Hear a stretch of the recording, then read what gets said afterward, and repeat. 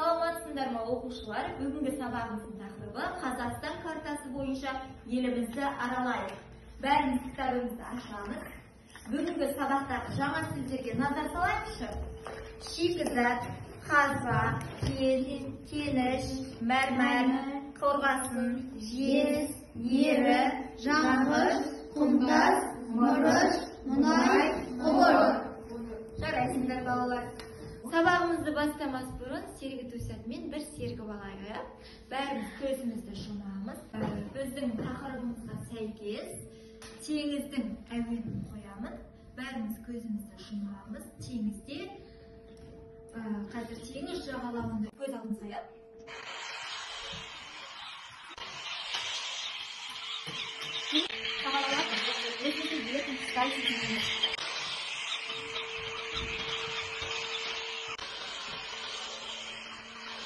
Көзімізді ашамыз.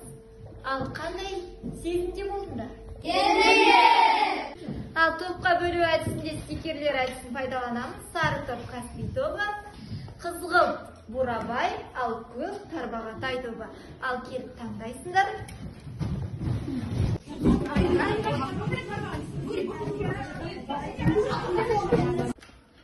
Бүгінгі тақырыбымызды бастамас бұрын сендермен үй тапсырмасын сұрап алайық. Үй тапсырмасын 5 бармақ әдісі бойынша сұралады. Ал бірінші топқа Тарбағатай тобынан бастаймыз. Үстінен санағанда екінші адам.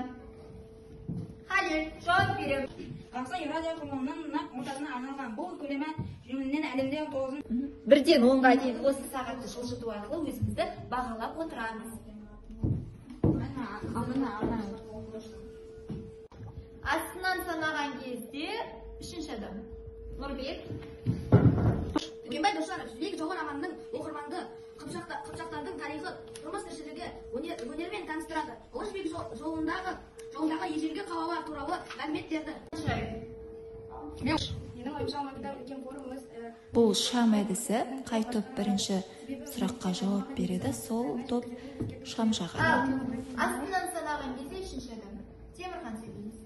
Егер сіз бір істі бастағыңыз келсе, сол істің маманы болуыңыз керек.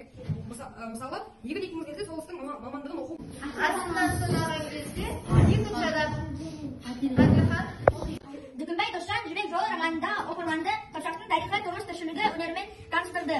Ұлы Жібек жолындағы ежелгі қалалар туралы мәлімет берді. Назар саламыз. Бірінші тапсырмада сұрақтарға жауап бер. Сен тұратын мемлекет жердің қай бөлігінде орналасқан?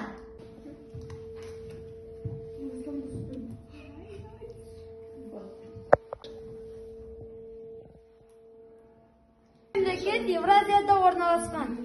Жарайсың.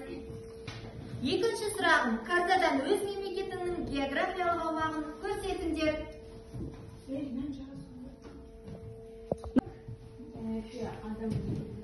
Бұл біздің еліміздің картасы. Қазақстан орталық Азияда орналасқан. Бұл біздің мемлекетіміз. Мемлекеттің қай елдермен шекаралас? Ресей, Өзбекстан және Қазақстан, Ресей, Өзбекстан, Түркменстан және Қытай елдерімен шекаралас. Таныс болайық, сын қимыл істеуі, сын қимылдың түрлі сапасын қалайша деген сұрақтарға жауап береді. Мысалы, деген сөздермен мысалға келтірсек болады екен. Ережемен сәйкес еткен мәтіннен сын қимыл істеулерін тауып сұрақ қоямыз. Қимыл істеу шарттары бар. Тез. Ол қалай деген сұраққа жауап береді. Осылайша. Ол қалайша деген сұраққа жауап береді. Жарайсың. Асылжан. Төртінші тапсырма. Тез. Қалай деген сұраққа жауап береді. Осылайша. Қалайша деген сұраққа жауап береді. Жарайсың. Ал Ақтілек жарайсың. Ол тез қалай деген сұрақтарға жауап береді. Және де осылайша қалайша деген сұрақтармен жауап береді. Жарайсың. Бесінші тапсырма, мәтінді түсініп оқып, қою қаріппен берілген сөздердің мағынасын сөздікке қарап, негізгі және қосымша ақпаратты анықтаймыз. Аймағы 2726,9 мың шаршы километрге тең. Ал 6-шы тапсырма жазылу тапсырмасы бойынша Қазақстан шикізат және қазба байлықтарын сызбаған сүресінде мен сендерге қазір ақпарат беремін. Осыған маркерлермен өзіміз жазамыз. Абай болсын.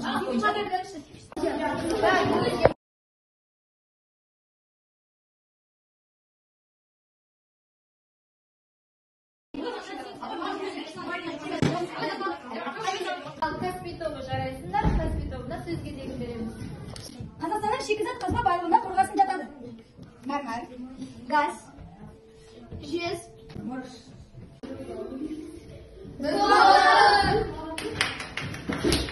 Қазақстан шикізат қазба байлығына жатады. Алтын, газ, мұнай, мәрмәр, көмір. Қазақстанға мұнай тасиды, Өзбекстанға алтын тасиды, Ресейге уран тасиды және металдар тасиды. жарайсың.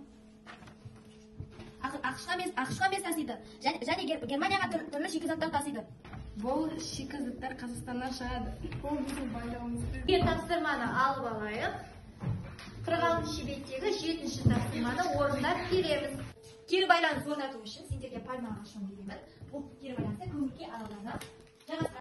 Көңіл-күй аралында бақыт аралы, қуаныш аралы, жаңалық аралдарына осы пальмаларды орналастырамыз.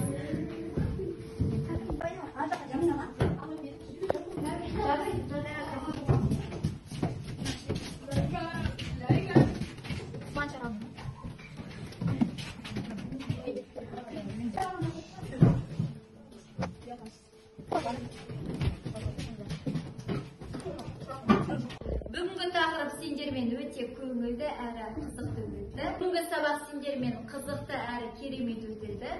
Әрқайсысы топ өз белсенділігі. Рахмет.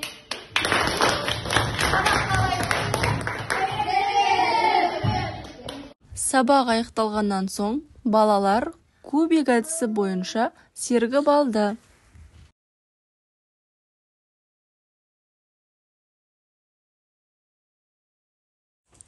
Мінеки, осымен сабағымыз аяқталды. Сіздерге және оқушыларға сабақ ұнады деген үміттемін. Бұл жерде балалар өздерін смарт сағаты әдісі бойынша бағалап жатыр. Назарларыңызға рахмет.